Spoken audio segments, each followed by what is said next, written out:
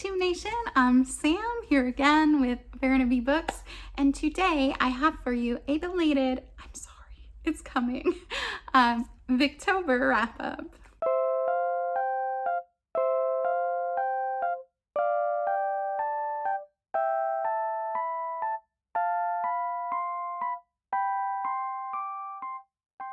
So I was thinking, I know they have like the Wear Something Victorian challenge, and I couldn't think of what I had.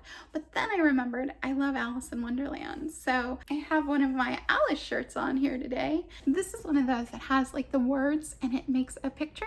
I love those. Those are so much fun. So I think I got mine on Redbubble, but they have a lot of different ones online. So yeah, so this counts. I mean, it's not October anymore, but it counts. And also, I mentioned in my TBR, I had like a little bauble kind of thing that a Victorian lady might have in her desk. I don't know how old this is exactly, but I know it's old.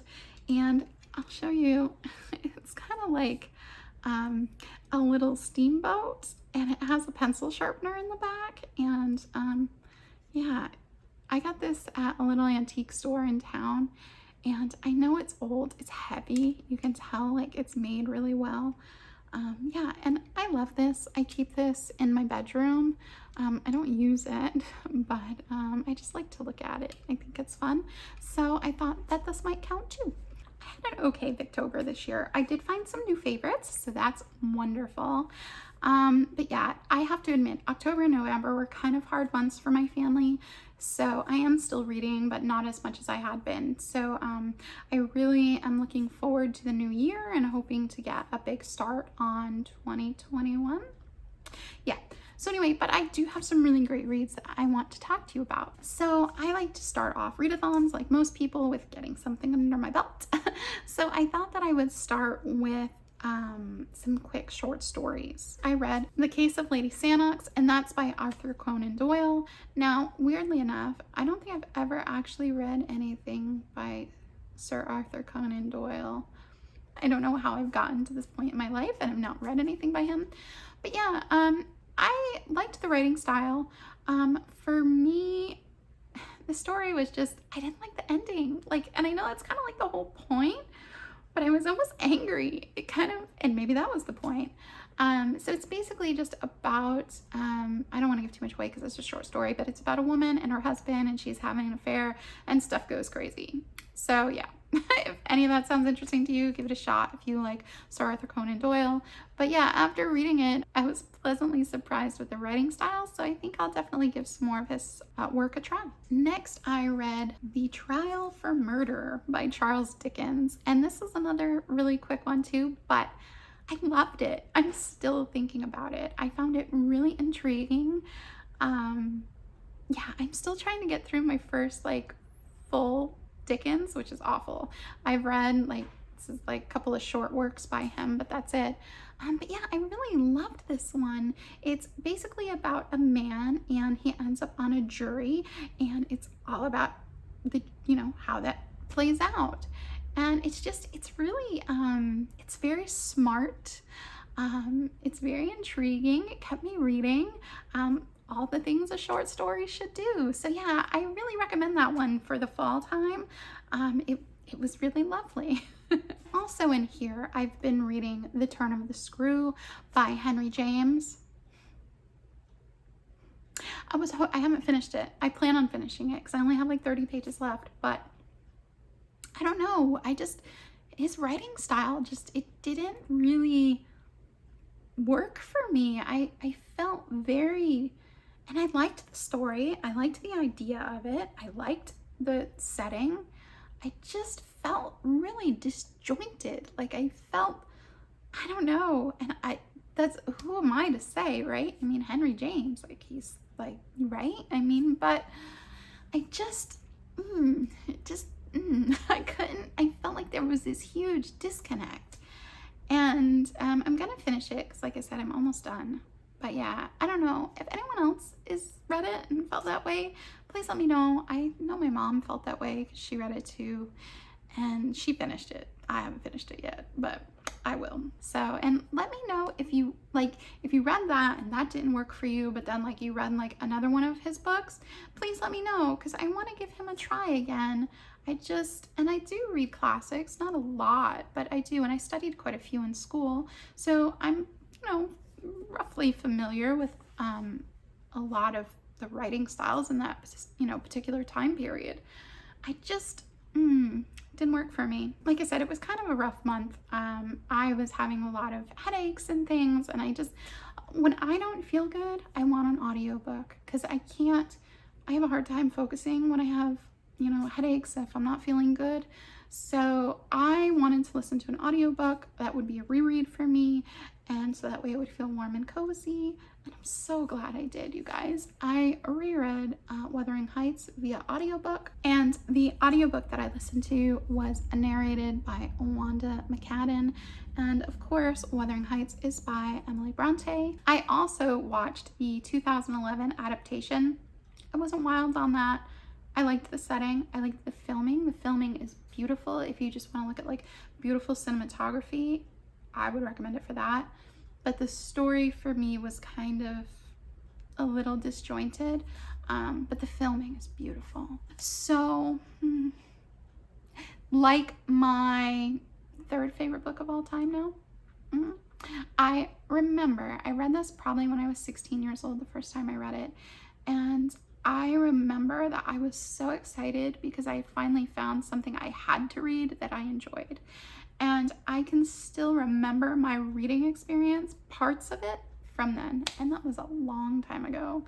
And it was just as good this time. Like, it was a different reading experience, but it gave me, weirdly enough, this book gave me comfort. It's not a comforting read, but because it was familiar to me, I felt comforted.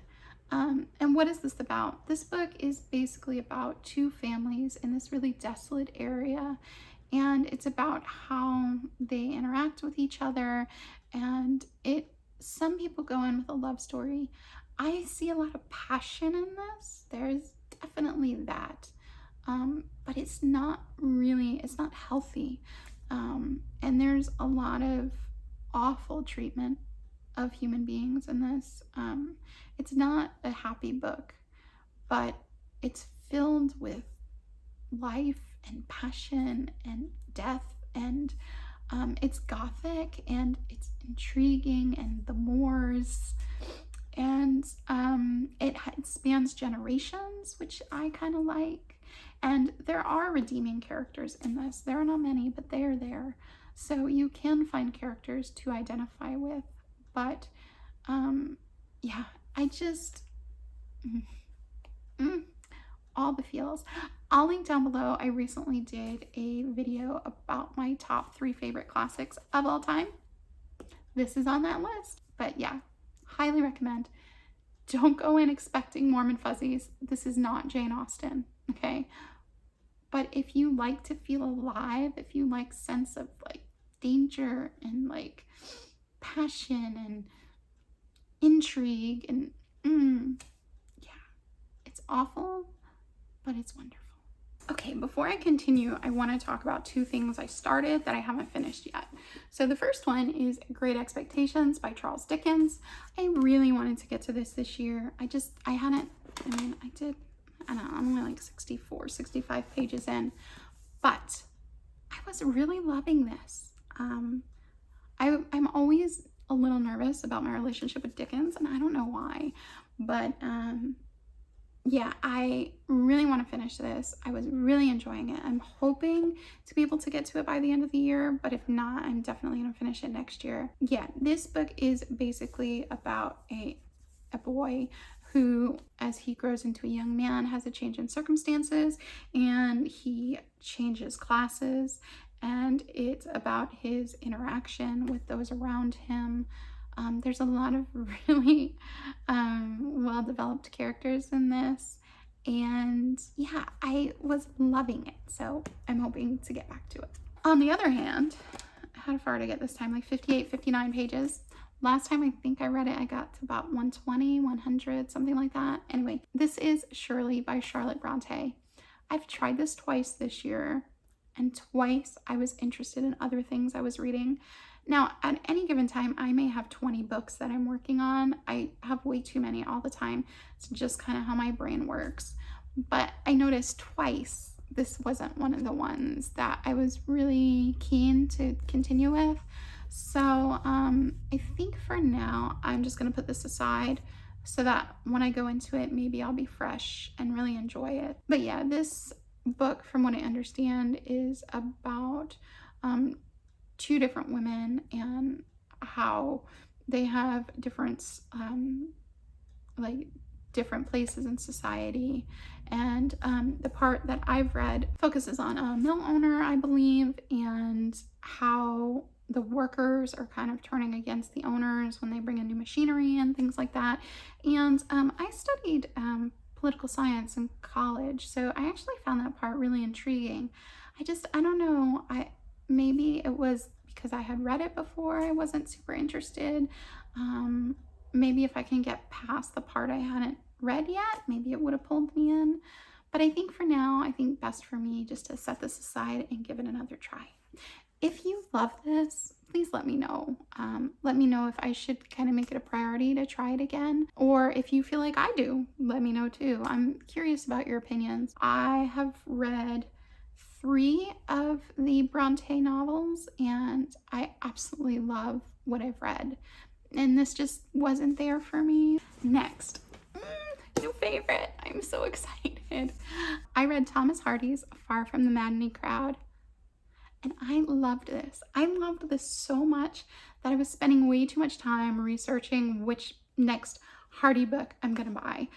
I do have Tess as well, but yeah, I love nature writing. I'm from a really small town in New England, and I just really connected with that. I was joking with Katie because she said in one of her reviews that it was a book about sheep. So I messaged her. I'm like, it's a book about sheep. But it's really good. It is just lovely. It's about Bathsheba or Bathsheba. I've heard it both ways. I don't know what is technically correct, but yeah. So yeah, it's about her, and it's about her suitors, and she inherits this farm, and she's like, I'm gonna do it. And everybody's like, okay, you're a woman, like, and she's like, I'm gonna do it. And yeah, it's about her life and her successes and her failures and her relationships, and it's just I loved it. Can you tell? Yeah, this was definitely I would say my highlight of Victober. It was just lovely. I also watched the 2015 adaptation. So good. So good. Watch it. I actually, the audio from that, the soundtrack, I've been listening to at home, like probably once or twice a week. It's so beautiful. I really love it. I'm so glad I finally read Hardy. It was probably the best choice I made in like my TBR. So yeah, if you haven't read Hardy and you enjoy nature writing and you enjoy classics and you enjoy stories that focus on women, I would get to this one. Move it up on the TBR. It was so good. Okay, then I was reading Castle Richmond by Anthony Trollop, and I really like Trollop. I've read a couple of his things already and really enjoyed them. I like his writing style. I find him really cozy. I think that he's brilliant. I really liked this. So I finished it after Victober ended, but I still wanted to include it because I really did enjoy it. It's basically about a few families, and they live in this town, and it's about a lot of things, but there's a mother, and she is titled, and so she wants her daughter to marry well, plus they don't have a lot of money, so of course, that was important to her, and she wants to see her daughter well situated. It's also this is a family that has like a change in circumstances, like a big change about like who she was going to marry and who she wasn't going to marry, and there are different suitors, and I don't want to give anything away because there's a lot of spoilers in this book.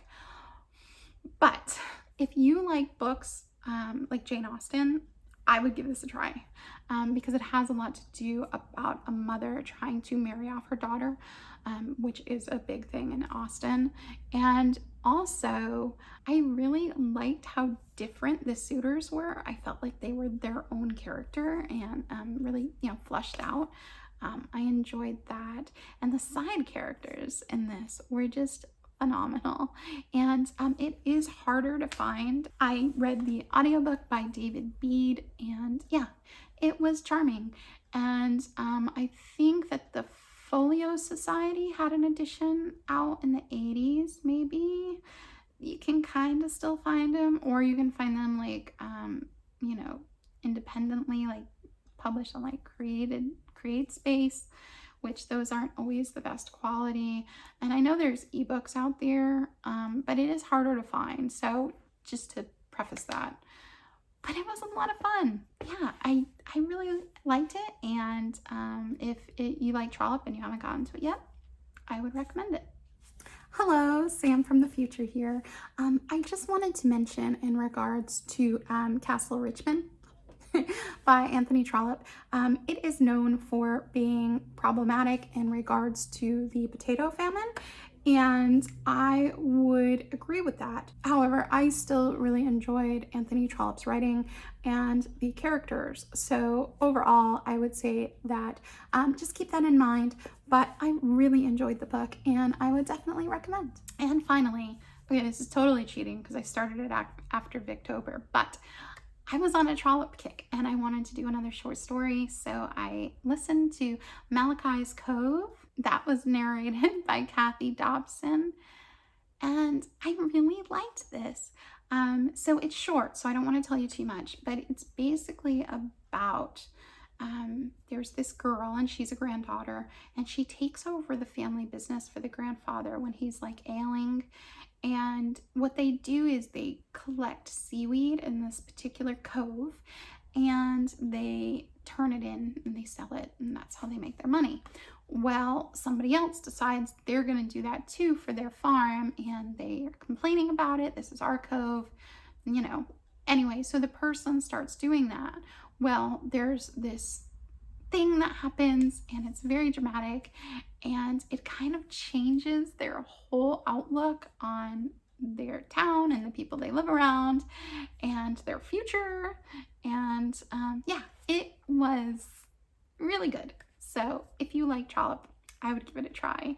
It's actually like, it's sticking with me. It's one of those that I think I'm going to go back to. It's quick. I think the audiobook was under 2 hours. So yeah, it's like watching a movie. It was a lot of fun. And I know that there was an adaptation done about this. I saw that one existed and I got really excited. So thank you for sticking with me to the end. That was everything I had for you from my Victober.